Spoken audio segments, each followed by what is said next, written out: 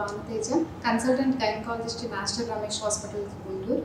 చాలామంది స్త్రీలు ప్రెగ్నెన్సీ వచ్చిన దగ్గర నుంచి డెలివరీ అయ్యే వరకు ఫుడ్ విషయంలో చాలా జాగ్రత్తలు తీసుకుంటారు. కానీ డెలివరీ అయ్యాక పెయిన్స్ రావడం వల్ల కానీ, స్ట్రెస్ వల్ల కానీ, ఫ్యామిలీ మెంబర్స్ సపోర్ట్ లేకపోవడం వల్ల కానీ సరిగ్గా డైట్ తీసుకోరు.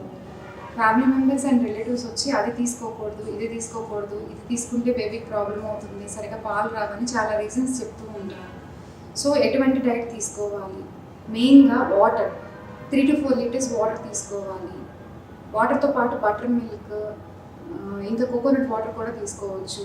ప్రతి ఫీడ్ ఇచ్చే ముందు ఒక గ్లాస్ వాటర్ తీసుకుంటే చాలా మంచిది. డైట్లో కూడా వెల్లుల్లి కారం, సొరకాయ, పొట్లకాయ, రసం వంటివే పెడుతూ ఉంటారు.